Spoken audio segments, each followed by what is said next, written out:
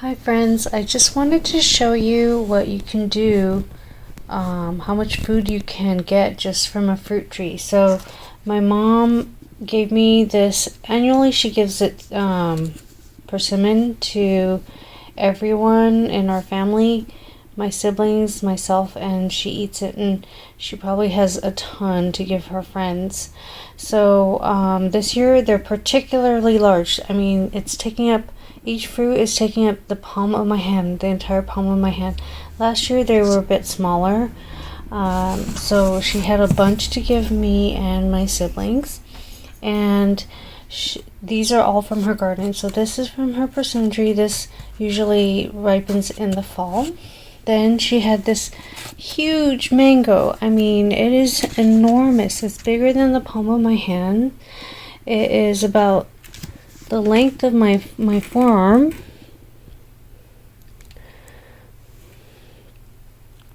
And it's huge. I mean, I wish I could weigh it.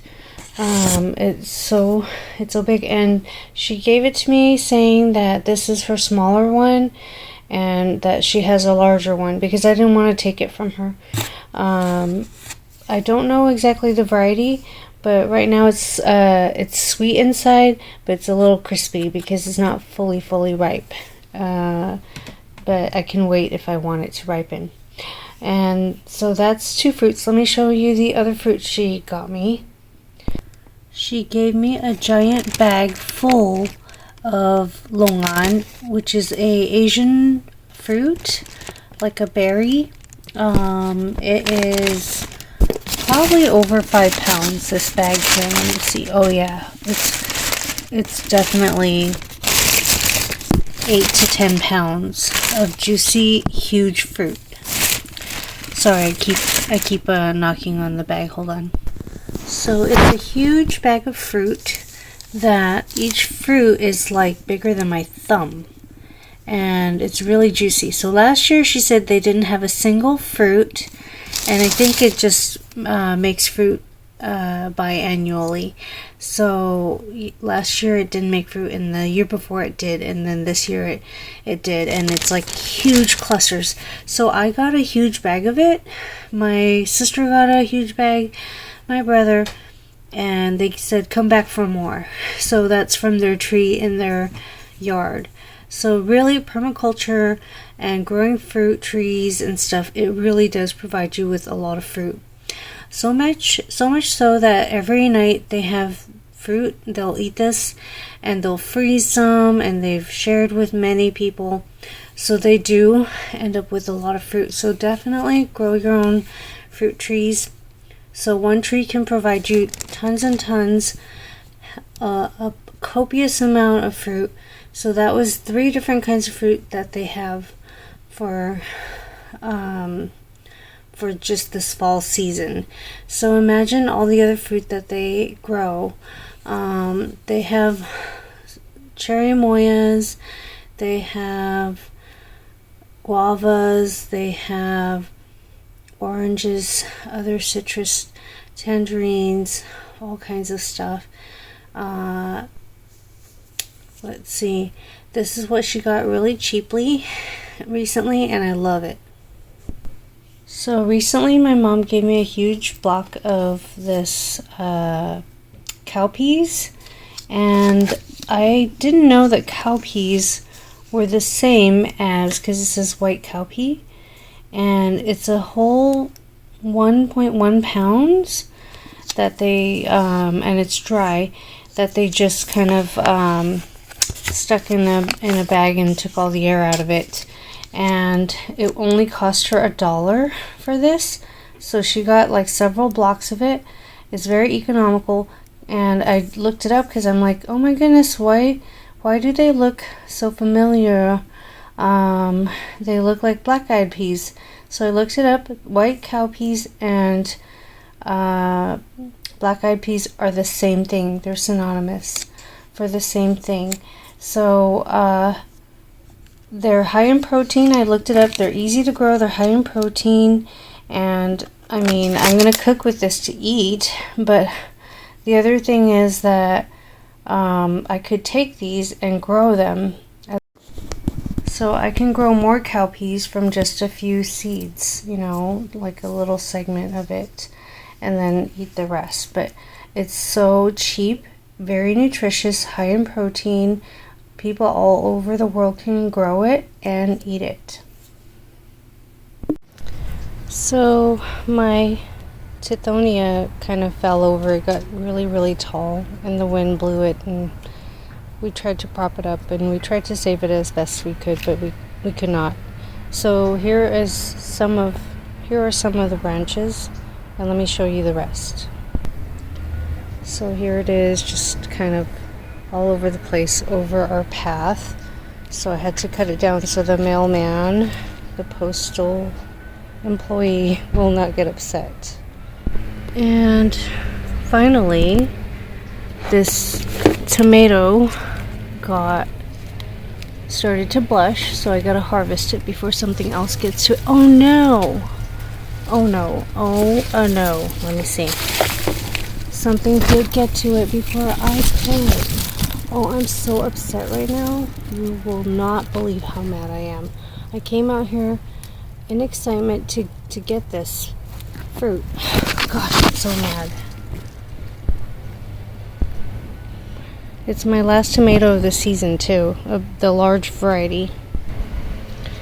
It's really upsetting when you can't get the things that you grow and other things get to it before you do. It's really, really upsetting because I wanted the large tomatoes. I didn't grow too many large varieties this year. I grew a lot of cherry tomatoes, which, by the way, grow this variety. It's the Patio Choice Hybrid. I mean, this is its second round. It's starting to warm up back to the 80s now. It's been a week since I filmed. The temperatures being in the 70s during the day. It's warming up for about 3 days, and then it'll start to cool down again. But look at how plump this is, and it hasn't turned yellow yet. When it's yellow, it's ready. Here I am again, harvesting yet another round of chili peppers. If you'll see the red ones, so many of them. I waited a couple extra days because they hadn't turned fully red yet. And then these bell peppers are taking quite a long time. I think these are the Chinese giant, I think they were called. But they're taking forever to turn red. And then I have these banana peppers, which are quite big. Look at that. So I'm going to harvest those right now. See, that's quite a few. Some red chili peppers. So I've been here several times to collect my peppers, but I keep forgetting to show y'all my watermelons. So here's a massive one, really, really big. And then there's a smaller one right there. So I made the mistake, and here's a tertiary one, but it got kind of eaten. It's a little deformed. I may not eat that one. I may cut it and give it to my chickens. So the thing is, I watered it yesterday, and I need for it to dry up a little bit so that it's not a bland tasting watermelon. So what happens is you're supposed to not water it for a few days so the sugars can concentrate, and then you can harvest it. Then you let it sit in the house for a few days, and it further concentrates the sugars, and then you can cut it open. So that's what I plan to do. I'm so excited. So that's how many peppers I got, and I accidentally broke a branch off of this bell pepper plant, so I had to harvest this one, even though it's green, and we'll just eat it.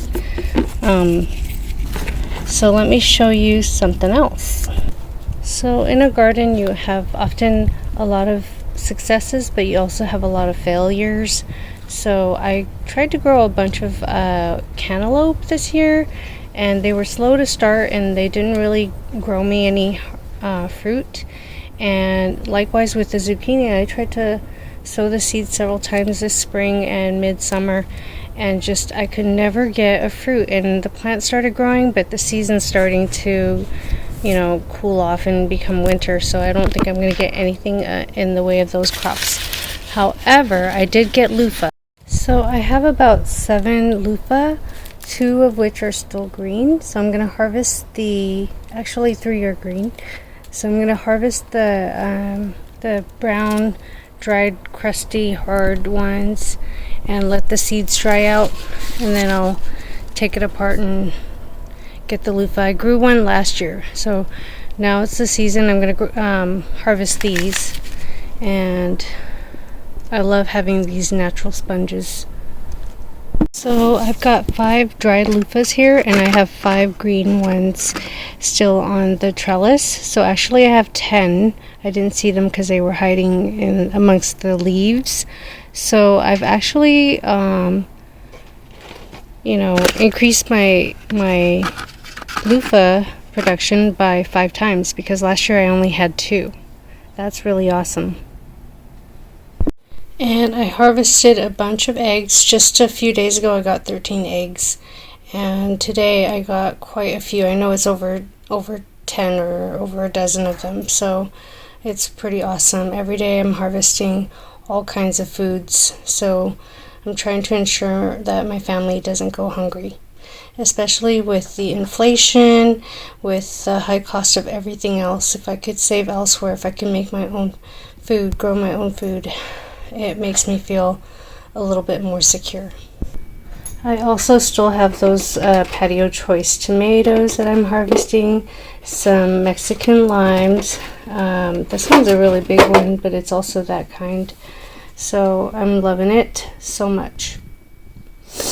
I feel really happy, really fulfilled, really grateful, and just I'm having a fun time. So the days and the nights are getting cooler and cooler. It was actually really cold last night and the night before. And tomorrow is going to be the coldest day in the 60 Fahrenheit temperatures. So I'm going to harvest my chili peppers and my watermelon because it may rain tomorrow. It said it was going to, then it changed and said it wasn't. But it's for sure it's going to be, really cold, so it's about time. I've got several bell peppers. I was waiting for them to turn red. There are a few more peppers on this plant, but I'm just gonna let them get a little bit bigger. Quite a few that are green over here. I'm gonna try to warm the soil beneath it, so I'm gonna put some paper that I got from the Amazon boxes, kind of just to keep the roots warm, extend the season a bit longer.